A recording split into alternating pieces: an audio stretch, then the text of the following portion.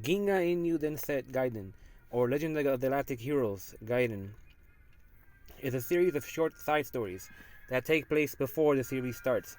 This is even before the first OVA film, My Conquest is the Sea of Stars. Despite this, it's not a proper introduction to the series. On the other hand, not much is really spoiled besides the strong implication concerning Hilda. If you are a patient person who is willing to be open-minded about this, it could be amusing as it will give you a lot of more context before you start the OVA film in the 110 episodes.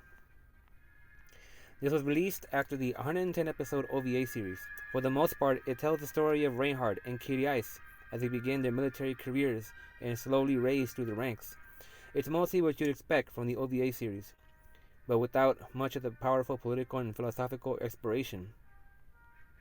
Some classical songs return, as well as most of the voice actors. Unfortunately, Yang Wenli's voice actor had passed away, resulting in a new voice that takes getting used to. Only a small number of characters appear here, and some get somewhat awkward appearances with no dialogue, which was a bit disappointing. This series is divided into 4 stories, the first being Reinhardt dealing with the hate he receives from the nobles as he becomes more influential and powerful within the military.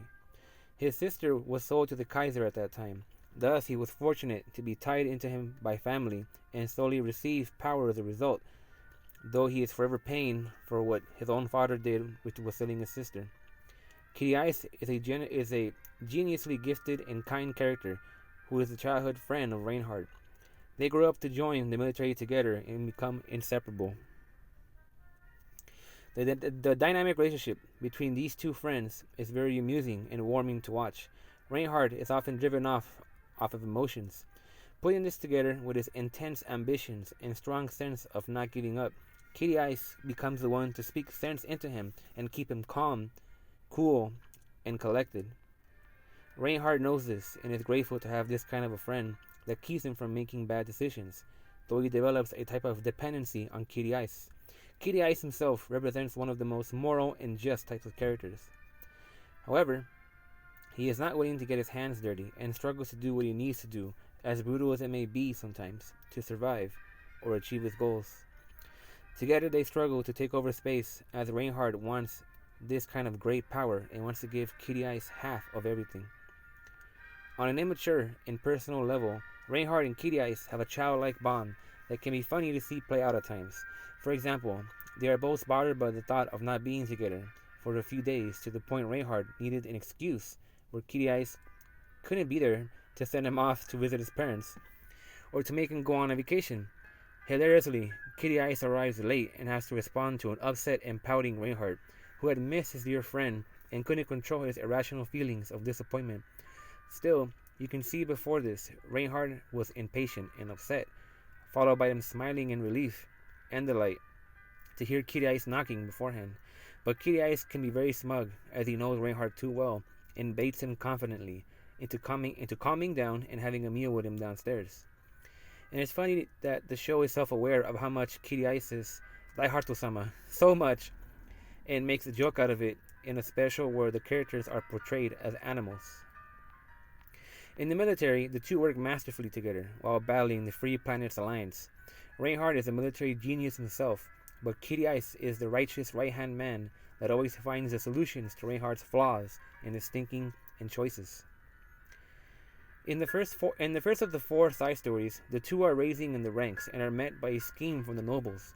Many of the higher-ups despise Reinhardt, as he was only given this powerful status because of his sister. Of course, Reinhardt is very capable, but the nobles are too ignorant of this and want him to die. They set him and Kitty Ice up where they're supposed to die in a suicide mission. However, it fails. Not only that, Reinhardt becomes the hunter and turns it around against these nobles. In the second side story, Thin Arm, Mr. Blonde, and the Musel's red-haired private minion go back to their school and get caught up in a conspiracy where students begin dying as a result of mysterious murders. The two are given the task of finding out what happened, and the twists and turns in this story are very good. In the third side story, Kitty Ice goes on vacation, but is unable to enjoy himself with the Empire's often decadent lifestyle. I appreciate the decision to make this one revolve mostly around Kitty Ice. There's a tragic tale of love and a drug trafficking case happening to go around where he was. As a result, an obnoxious and insufferable old man nearly forces Kitty Ice, and ultimately does, to cooperate with the investigation. It's the brilliant type of writing you'd expect to see from the original OVA series as well as this side story unfolds. In the fourth side story, Yang Wenli, Dusty, Shonkup begin appearing much more. The Galactic Empire and the Free Planets Alliance engage in battles where Reinhardt and Yang begin, unknowingly, fighting against each other for the first time. The battles here are very similar to the first OVA film, My Conquest is the Sea of Stars. The OVA ends after yet another grand battle for Isilin Fortress. Those who have already seen the 110 OVA series will of course get more great dialogues showcasing the brilliant politics and philosophies of the characters they came to love. The importance of strategy and what it really means to get a proper education. Reinhardt questions the state of the education system in a way that is still relevant in our own world today while speaking to Kitty Ice. He says, "Of course, grades in school aren't a good indicator of a real education. They focus too much on memorization and imitation and don't foster imagination." Kitty Ice says, "What you find important are imaginative and conceptual capabilities, right?" Reinhardt says, "They aren't thinking at all about why we fight and what we must do to accomplish our objective. They only think about fighting the enemy that's there, and they think winning those battles is enough." Kitty Ice responds, "Neither of them can escape their ossified ways of thinking, and they merely keep repeating meaningless scuffles." The narrator later explains the Alliance and Empire are fighting over a planet just because they don't want to give it up. Not that it's important. Wars of attrition are all too common. Further on in the episode, Reinhardt tells Kitty Ice, when a society or organization goes corrupt, it always starts from the top. The things I'm going to grasp, no matter what they are, half of them will be yours. Fame, power, treasure, and everything else too. In a dream, Anna Rose tells Kitty Ice to take care of Reinhardt. This doesn't mean to be sacrificial to Anna Rose, that both should survive. She says Reinhardt had stopped trying to make friends, but was content with Kitty Ice. Kitty Ice himself thinks to himself as she walks away about being her lover. In episode 12, a corrupt noble accurately gives a realistic and unfortunate reality about war. War exists in the first place because they are a profitable enterprise. Think about it. Wars happen because there are people who benefit from them. If no one profited from it, such a useless social system wouldn't have continued on till this day. And so long as it continues to exist, isn't it wiser to find a way to utilize it effectively to your advantage? In another episode, Reinhardt gives more insight into why he despises the nobles and their way of rule.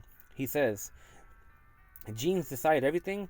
How ridiculous. Individuals are not responsible for their genes. Individuals are individuals. Family lines or genetics have nothing to do with the abilities of the individual. People who believe that genes decide everything are truly worthless people who can do only what they are told. People who boast of their ancestry have nothing that they can boast about in themselves. These people are the ones that I truly disrespect." Reinhardt later tells Kitty Ice the story of the woman who lost her 3 sons to the war. She stomped out a picture of Rudolph, and a neighbor saw it and got smug. He told the police on her and got her arrested. The nobles were to torture her to death, but Kessler, who was in charge, only questioned her and didn't harm her. But he arrested the neighbor as well. His reason that he presented to his superior is that the neighbor knew what was happening and let it happen. But to Reinhardt's disappointment, Kitty Ice found out that the woman had been exiled, refused to eat, and died of malnutrition. But he says incidents like this gave people hope that at least some people are more moral and understanding in the authoritative world of the Empire.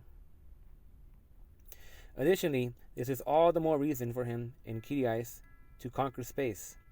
And in the end, the high nobles themselves, though they tried to kill the woman, had sons that they protected in the war by putting them in safe places.